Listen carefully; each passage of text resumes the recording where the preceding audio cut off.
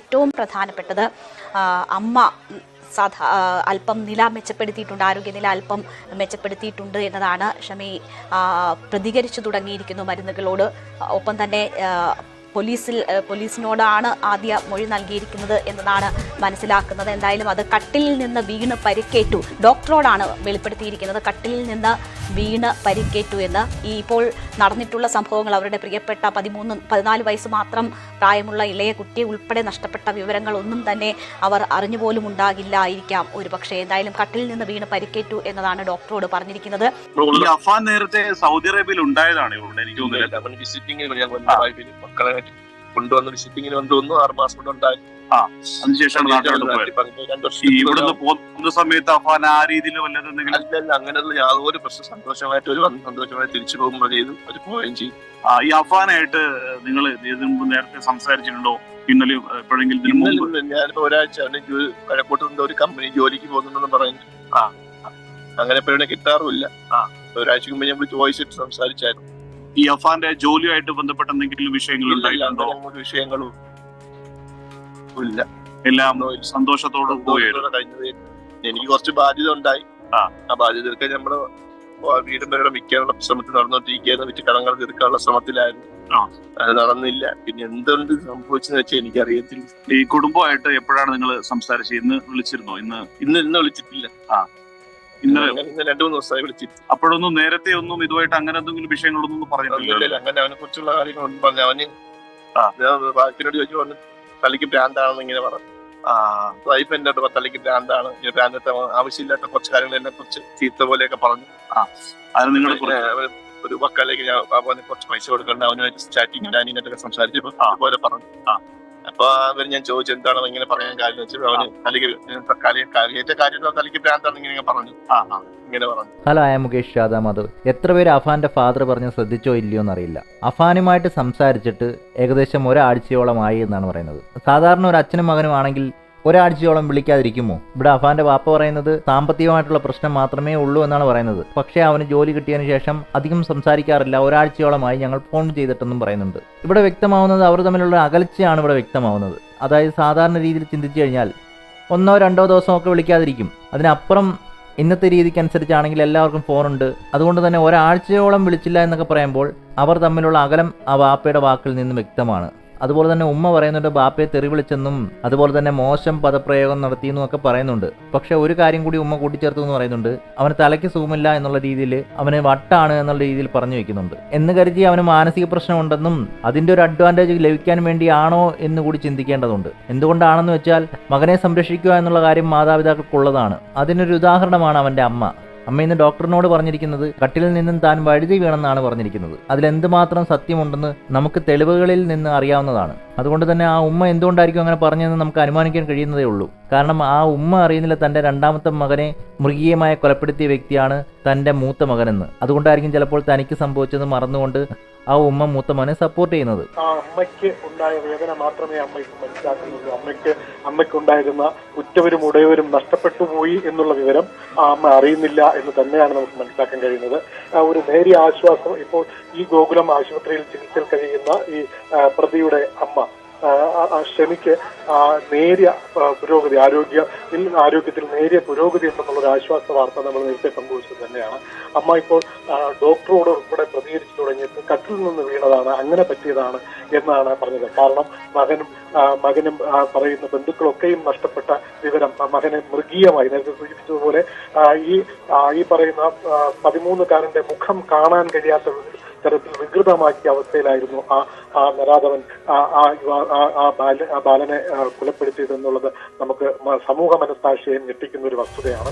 ആ അവസ്ഥയിൽ നിൽക്കുമ്പോൾ അതുപോലും അതറിയാതെയാണ് അമ്മ സ്വന്തം മകനെ രക്ഷിക്കാൻ വേണ്ടി തനിക്ക് പറ്റിയത് തനിക്ക് കട്ടിൽ നിന്ന് വീണതാണെന്നുള്ള മൊഴി പക്ഷേ പറയുകയായിരുന്നു. ഇത് മുഖവിലക്കെടുക്കാത്തത് കാരണം മറ്റു വിവരങ്ങൾ ഈ അമ്മ അറിഞ്ഞില്ല എന്നുള്ളത് ആ ഡോക്ടർമാർക്കും മറ്റു അവിടെയുള്ളവർക്കും അറിയാമെന്നുള്ളത് കൊണ്ട് തന്നെയാണ് അത് കാര്യമായി എടുക്കാത്തത്. ഈ നമുക്ക് മനസ്സിലാക്കുന്നതനുസരിച്ച് അമ്മയുടെ മുഖത്ത് 13ഓളം അടി അമ്മയുടെ മുഖത്തും ഏറ്റിട്ടുണ്ടായിരുന്നു. അമ്മയുടെ ഈ തലയോട്ടിയിൽ പൊട്ടലേറ്റിട്ടുണ്ട്.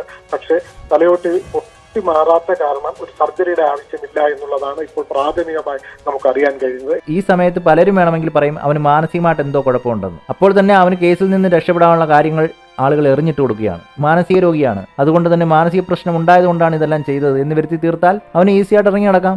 അവന് ഈ കേസിൽ നിന്ന് രക്ഷപ്പെടാൻ കഴിയും. അതുപോലെ തന്നെ അവൻ പോലീസ് സ്റ്റേഷനിൽ വരുന്നതിന് മുമ്പ് തന്നെ എലിവേഷൻ കഴിച്ചു എന്നാണ് അവൻ പറയുന്നത്. അതും ചാവാൻ വേണ്ടി കഴിച്ചെന്നാണ് പറയുന്നത്. അങ്ങനെയെങ്കിൽ അവൻ ചാവാൻ വേണ്ടി കഴിച്ചതാണെങ്കിൽ അവൻ പോലീസ് സ്റ്റേഷനിൽ വരേണ്ട ആവശ്യമുണ്ടോ? ഇതിൽ നിന്ന് തന്നെ വ്യക്തമായിട്ട് മനസ്സിലാക്കാം ഇവൻ പ്ലാൻ ചെയ്തതാണ്. ഇവൻ മരിക്കാൻ വേണ്ടിയാണ് എലിവിഷൻ കഴിച്ചതെങ്കിൽ ഇവൻ പോലീസ് സ്റ്റേഷനിലോട്ട് വരേണ്ട ആവശ്യമില്ല. അപ്പോൾ അവൻ അറിയാം പോലീസ് സ്റ്റേഷനിൽ വന്ന് കാര്യങ്ങൾ വെളിപ്പെടുത്തുമ്പോൾ അത് മാനസികമായിട്ടുള്ള രീതിയിൽ പരിഹരിച്ച് ഇവന്റെ കുറ്റത്തിന്റെ കാഠിന്യം കുറയ്ക്കാനുള്ള ഒരു ബുദ്ധി പ്രവർത്തിച്ചു എന്ന് തന്നെ പറയേണ്ടി വരും. എന്തുകൊണ്ടാണ് ഇവരെല്ലാം ശത്രുക്കളായത് എന്നറിയണമെങ്കിൽ അവന്റെ അമ്മ സത്യാവസ്ഥ തുറന്നു പറഞ്ഞാൽ മാത്രമേ അറിയാൻ കഴിയുള്ളൂ. ഇതുപോലെ ഇവൻ 6 വർഷങ്ങൾക്ക് മുമ്പും എലിവിഷൻ കഴിച്ചിരുന്നു, അന്നും രക്ഷപ്പെട്ടു. എന്തുകൊണ്ട് അന്നും മരിച്ചില്ല? അപ്പോൾ അവന്റെ ഡോസ് കുറച്ചാണ് കഴിക്കുന്നത്. അവൻ അറിയാമായിരിക്കും ഇവിടെയും അത് തന്നെയാണ് സംഭവിച്ചത്. മരിക്കാനുള്ള അളവിലുള്ള എലിവിഷൻ അവൻ കഴിച്ചിട്ടില്ല. അതുകൊണ്ട് തന്നെയാണ് ആശുപത്രി വരെ അവൻ ജീവനോടിരുന്നതും. അതുപോലെ തന്നെ അവന്റെ വാക്കുകളിൽ നിന്ന് പലതും വ്യക്തമാവുന്നത് അവൻ പരസ്പര വിരുദ്ധമായിട്ടുള്ള മൊഴിയാണ് നൽകുന്നത്. അപ്പോഴാണ് പോലീസിന് സംശയം തോന്നിയത് ഇവൻ ലഹരിക്ക് അടിമയാണോ എന്നുള്ളത്. പ്രാഥമികമായിട്ടുള്ള റിപ്പോർട്ടിൽ തന്നെ പറയുന്നുണ്ട് ഇവൻ ലഹരിക്ക് അടിമയാണെന്ന്. അപ്പോൾ ലഹരി ഒരു കാരണം തന്നെയാണ്. ആ ലഹരിക്ക് വേണ്ടി സ്വന്തമായിട്ട് അവൻ കടക്കണിയിൽ വീണോ എന്നുകൂടി അറിയേണ്ടതുണ്ട്. എന്തായാലും അവന്റെ വീട്ടിൽ 10 മണിക്ക് ശേഷം ഒരു സംഭവം നടന്നിട്ടുണ്ട് എന്നാണ് അറിയാൻ കഴിയുന്നത്. അതെന്താണെന്ന് അറിയില്ല. അതെന്താണെന്ന് അറിയണമെങ്കിൽ അവരുടെ ഉമ്മ തന്നെ പറയേണ്ടതാണ്. അതുപോലെ തന്നെ ആ ഇളയ കുട്ടിയുടെ മൃതദേഹം കണ്ടെടുത്തപ്പോൾ ആ കുട്ടിയുടെ ഇടത് കണ്ണ് വേർപെട്ട നിലയിലായിരുന്നു. ഇത്രയും സ്നേഹമുള്ള ജ്യേഷ്ഠൻ എങ്ങനെ ഈ ക്രൂരത അവന് ചെയ്യാൻ കഴിഞ്ഞു? അപ്പോൾ അവൻ തീർത്തും ലഹരിക്ക് അടിമയായിട്ടുണ്ട് എന്ന് വേണം കരുതാൻ. ഇവിടെ തെളിവുകൾ പറയുന്നത് ആദ്യം കൊല്ലാൻ ശ്രമിച്ചത് അവന്റെ ഉമ്മയായിരുന്നു. ഏകദേശം 10നും 12നും ഇടയ്ക്ക് വെച്ച് തന്നെ അവൻ ആ കൃത്യം നിർവഹിച്ചു. അതിനുശേഷമാണ് അവൻ ഏകദേശം 10-15 കിലോമീറ്റർ അകലെ സഞ്ചരിച്ച് അവന്റെ അച്ഛന്റെ ഉമ്മയെ കൊലപ്പെടുത്തുന്നത്. അതും ടോയ്ലറ്റിന്റെ അടുത്താണ് ആ 90 വയസ്സുകാരിയുടെ മൃതദേഹം കണ്ടെടുത്തത്. ആ വൃദ്ധയുടെ 3 പവന്റെ മാലയും കൊണ്ടാണ് അവൻ അവിടുന്ന് പോകുന്നത്. അവിടെ ചിന്തിക്കേണ്ടത് ആ 3 പവന്റെ മാല കൊണ്ട് അവൻ എന്ത് സാമ്പത്തിക ലാഭമാണ് ഉണ്ടായത്? അവൻ അറിയാമായിരുന്നല്ലോ പിടിക്കപ്പെടുമെന്ന്. അപ്പോൾ ഇതിനൊക്കെ വ്യക്തമായിട്ട് വേറെ എന്തോ മോട്ടിവേഷൻ ഉണ്ട്. പക്ഷെ ഇവനെ കൊണ്ട് ഇതെല്ലാം ചെയ്യിപ്പിച്ചതെല്ലാം ഇവനിലെ ലഹരി തന്നെയാണ്. അഫാന്റെ കാര്യത്തിൽ തീർത്തും സംശയം തോന്നുകയാണ് അടുത്ത കൊലപാതകം. അതായത് അവന്റെ അച്ഛന്റെ ജ്യേഷ്ഠന്റെയും ജ്യേഷ്ഠന്റെ ഭാര്യയുടെയും കൊലപാതകം. അവരെ കൊലപ്പെടുത്തിയതുകൊണ്ട് ഇവന് എന്ത് സാമ്പത്തിക ലാഭമാണുണ്ട്? അവിടെ ശ്രദ്ധിക്കേണ്ട കാര്യം എന്ന് പറയുന്നത് ഈ അച്ഛന്റെ ജ്യേഷ്ഠൻ എന്ന് പറയുന്ന വ്യക്തി ഈ കുടുംബത്തെ മുഴുവൻ സഹായിക്കുന്ന ഒരു വ്യക്തിയായിട്ടാണ് നാട്ടുകാർ തന്നെ പറയുന്നത്. അങ്ങനെയെങ്കിൽ ഇത്രയും സഹായം ചെയ്യുന്ന വ്യക്തിയെ എന്തുകൊണ്ട് ഇവൻ കൊലപ്പെടുത്തി? അതും അദ്ദേഹത്തിന്റെ ഭാര്യയെ ഉൾപ്പെടെ. ഒരു തരത്തിൽ പറയുകയാണെങ്കിൽ സാമ്പത്തിക നഷ്ടം മൂലം ആത്മഹത്യ ചെയ്യാൻ കുടുംബം തീരുമാനിച്ചു എന്നാണ് പറയുന്നത്. അങ്ങനെയെങ്കിൽ ഇവന്റെ ഈ കുടുംബത്തിൽ ഇല്ലാത്ത മറ്റുള്ളവരെ കൂടി എന്തിനു കൊലപ്പെടുത്തി? അവന്റെ കാമുകിയെ എന്തിനു കൊലപ്പെടുത്തി? അവന്റെ അച്ഛന്റെ ജ്യേഷ്ഠനെ എന്തിനു കൊലപ്പെടുത്തി? അവന്റെ അച്ഛന്റെ ജ്യേഷ്ഠന്റെ ഭാര്യയെ എന്തിനു കൊലപ്പെടുത്തി? അതുപോലെ തന്നെ അവന്റെ അച്ഛന്റെ ഉമ്മയെ എന്തിനു കൊലപ്പെടുത്തി? ഈ ചോദ്യങ്ങൾക്കെല്ലാം ആൻസർ കണ്ടുപിടിക്കേണ്ട അവസ്ഥയാണ് ഇപ്പം പോലീസിനുള്ളത്. അതുപോലെ തന്നെ ആ ഇളയ കുട്ടി മരിക്കുന്നതിന് മുമ്പ് തന്നെ തൊട്ടടുത്ത അയൽവാസി ഇവരെ കണ്ടിരുന്നു. എന്തായാലും ആ അയൽവാസിക്ക് എന്താണ് പറയാനുള്ളത് കൂടെ നമുക്കൊന്ന് കേട്ടു നോക്കാം. ഇന്നലെ ഉണ്ടായതെന്ന് പറയുമ്പോൾ ഞാൻ ഇന്നലെ ഒരു 6-6:15 ഞാൻ വീട്ടിൻ്റെ ഫ്രണ്ടിൽ ഇരിക്കുകയായിരുന്നു. ഞാൻ ഭാര്യയുമായിട്ട് അവിടെ ഇരിക്കുകയായിരുന്നു.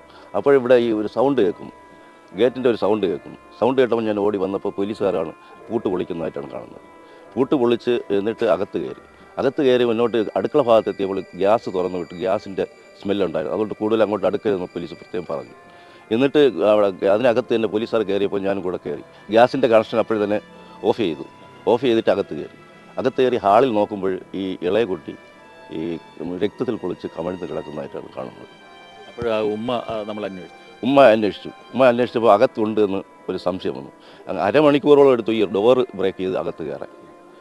അതിൻ്റെ താമസം ഉണ്ടായിരുന്നു. എന്നിട്ട് ബ്രേക്ക് അകത്ത് കയറിയപ്പോൾ ഉമ്മ ആ റൂമിൽ കിടക്കുന്നു രക്തത്തിൽ കുളിച്ച്. ഈ പെൺകുട്ടി പിന്നെ കാണുന്നില്ല, അപ്പോഴറിയുന്നില്ല ഈ പെൺകുട്ടി ഇതിനകത്തുണ്ട് എന്ന് അറിയില്ല, ആർക്കും അറിയില്ല, ഈ വന്ന പോലീസുകാർക്കും അറിയില്ല. പെൺകുട്ടി എത്ര ദിവസമായി ഇവിടെ വന്നിട്ട്? ഇവിടെ ഇന്നലെ ഉണ്ടാവണം. കാര്യം നമ്മൾ ഇതുവരെ നേരിൽ കണ്ടിട്ടില്ല. ഇവിടെ വന്നതായിട്ട് അറിഞ്ഞു.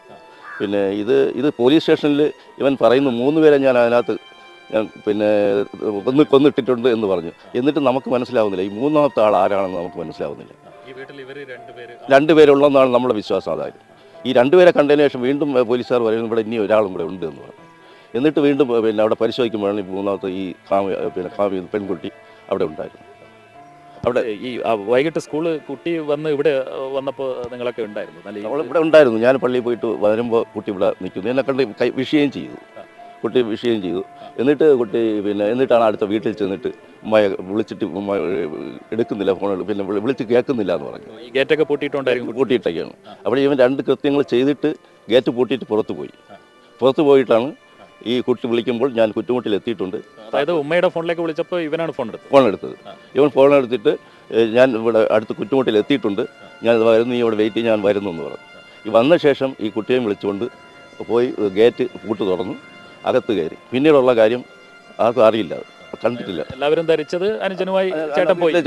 കയ്യിൽ ഇളയ കുട്ടിയുടെ കയ്യിൽ പൊതിയുണ്ടായിരുന്നു, കഴിക്കാനുള്ള ഭക്ഷണം ഉണ്ടായിരുന്നു. അതിനുശേഷമാണ് ഇതൊരു ക്രൂരകൃത്യമാണ് ഇവിടെ നടന്നത്. പിന്നീടാണ് അറിയുന്നത്. പോലീസുകാരെല്ലാം വന്നതിന് ശേഷമാണ് ഇങ്ങനെ ഒരു സംഭവം. ഒരു ബഹളവും ഒന്നും ഒരു സൗണ്ട് പോലും ഈ അടുത്ത വീട്ടിൽ പോലും കേൾക്കും. എന്തായാലും ഇതിനു ശേഷമായിരിക്കാം അഫാൻ അവൻ്റെ അനുജനെ കൊല്ലുന്നത്. എന്നാൽ അതുപോലെ സംശയിക്കേണ്ടതാണ് ട്യൂഷൻ എടുക്കാൻ വേണ്ടി വീട്ടിൽ നിന്നിറങ്ങിയ അഫാന്റെ കാമുകി. ആ പെൺകുട്ടിയെ എപ്പോഴാണ് കൊലപ്പെടുത്തിയെന്നും വ്യക്തതയില്ല. എന്തായാലും അഫാൻ കൊലപ്പെടുത്തിയ ആ പെൺകുട്ടിയുടെ സഹോദരൻ ചില കാര്യങ്ങൾ പറയുന്നുണ്ട്. അഫാനെ അറിയോ? ഇവിടെ വന്നിട്ടൊക്കെ ഉണ്ട്, അധികം ഇതായിട്ടൊന്നും അറിഞ്ഞിട്ടില്ല. വിവാഹം ചെയ്തു തരുമോ എന്ന് ചോദിച്ചിട്ടുണ്ടോ? അങ്ങനെ ചോദിച്ചിട്ടുണ്ട്. അപ്പം പിന്നെ നമ്മളെ സമ്മതമായിരുന്നു? എന്ത് സമ്മതമായിരുന്നു? എന്നിട്ട് പിന്നെന്താ അത് സംഭവിച്ചത്? പിന്നൊന്നും അറിയത്തില്ല. അല്ല, സമ്മതമാണെങ്കിൽ പിന്നെ ബാക്കി വീട്ടുകാരൊക്കെ വന്ന് സംസാരിച്ചു? ഇല്ല, അവരിങ്ങനെ പോയിക്കൊണ്ടിരിക്കുന്നു. കല്യാണമൊക്കെ തീരുമാനിച്ചു? ഇല്ല. ഇതൊരിക്കലും അഫാന്റെ മാനസിക പ്രശ്നം മൂലമാണെന്നും മാനസിക രോഗം മൂലമാണ് വരുത്തി തീർത്തതെന്നും മാനസിക രോഗമാണെങ്കിൽ എളുപ്പം രക്ഷപ്പെടാൻ കഴിയുമല്ലോ, അതുകൂടി ഈ അവസരത്തിൽ ചിന്തിക്കേണ്ടതാണ്. എന്തായാലും ഇവിടെ ഇപ്പോഴും പോലീസിന് സംശയമുള്ളത് എന്താണ് പ്രധാന ഒരു മോട്ടിവേഷൻ, അഫാൻ ഇത്രയും പേരെയും കൊല്ലാനിടയായ കാരണം. അത് പോലീസിന് പെട്ടെന്ന് കണ്ടുപിടിക്കാൻ കഴിയുമോ എന്നറിയില്ല. എന്തായാലും അഫാന്റെ ഉമ്മ ഇപ്പോഴും ജീവിച്ചിരിപ്പുണ്ട്. അവർക്ക് സത്യാവസ്ഥ തുറന്നു പറയാൻ ജീവൻ ബാക്കി വെക്കട്ടെ എന്ന് വിചാരിച്ചുകൊണ്ട് ഈ വീഡിയോ ഇവിടെ നിർത്തുന്നു. അടുത്ത വീഡിയോയുമായി കാണുന്നവരേക്കും ഓക്കെ, ബൈ, സീ യു.